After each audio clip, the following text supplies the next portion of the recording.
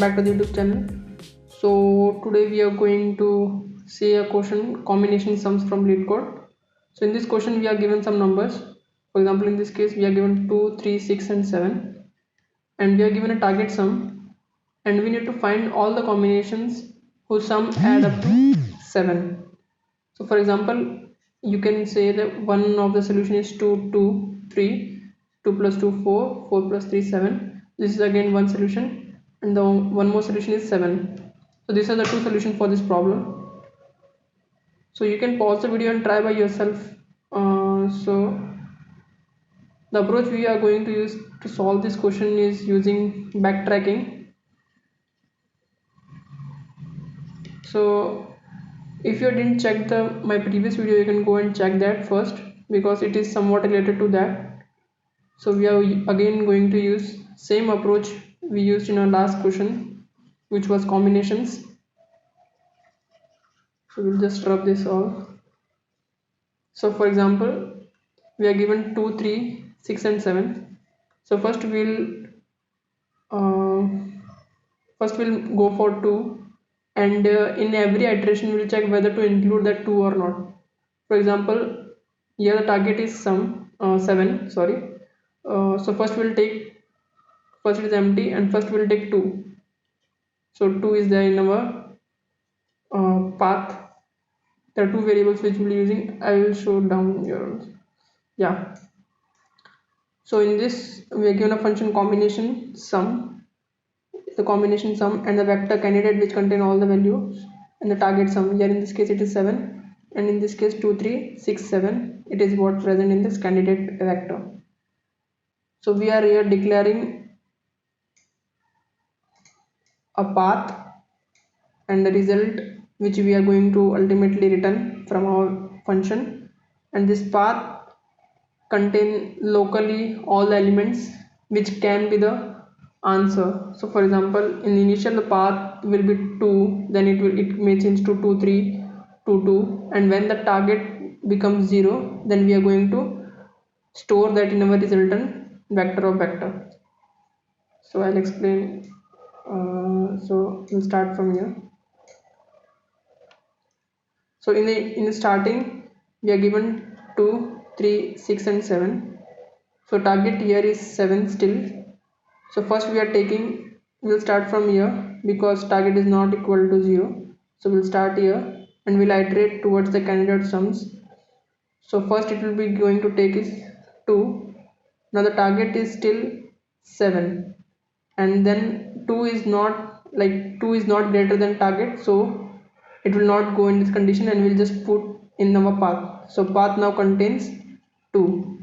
Then again it goes for again DFS for this same, and it reduces the target to candidate minus I. So candidate minus I is set 2, so it will change our new target to 7 minus 2, that is 5. Then again it goes for 2, because here we are not changing the I value. So here we are just passing again the I value is 0, and then it will take the first element again. So now it adds up to 4. So again the candidate is not again greater than target. The target reduces to 5 minus 2, that is 3. Again it going to check. Now it becomes 6. Now again it going to check 2, 2, 2 and 2. Now the value that is there in this, it has increased, so basically it is greater than target, because it sums up to 8. So we are just going to return it. So the controls come back to this position, and now from here we are going to check for other iterations. So from here we can go for 2, 2, 2, that is 6, and we can go for the next element, that is 3. Here also it is coming more than the target, so we'll just return from here, and controls come to this position. So from here we'll go to the next, that is 2, 2, and next is 3. Now the sum adds to target, which is equal to 0 in our case. So because from here the 3 was reduced, so that now when we are adding this 3, we are getting target equal to 0. So in this case we are passing to the result. Now the result contains 2 2 3. Similarly it happens for all. Then in the next iteration is take 3, then again 3, which add to 6, then again it takes 3 3 3, which comes more than the target, then it goes backtracking.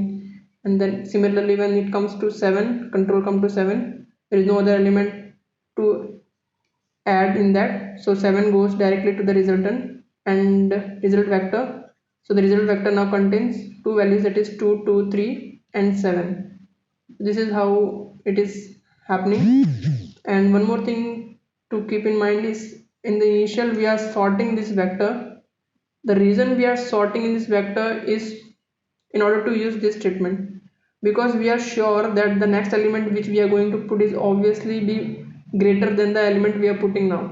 So when the target becomes less than the candidate of I, we know there is no other element which is smaller than the current element. So in that case we just need to return the control. So this is how we are going to solve this question. I guess that's it for combination sums.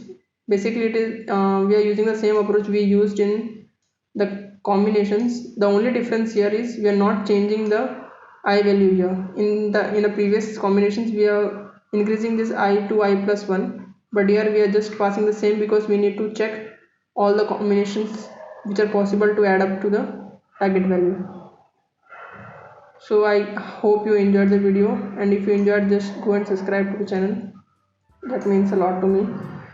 Thank you for watching, guys. We'll meet in the next video.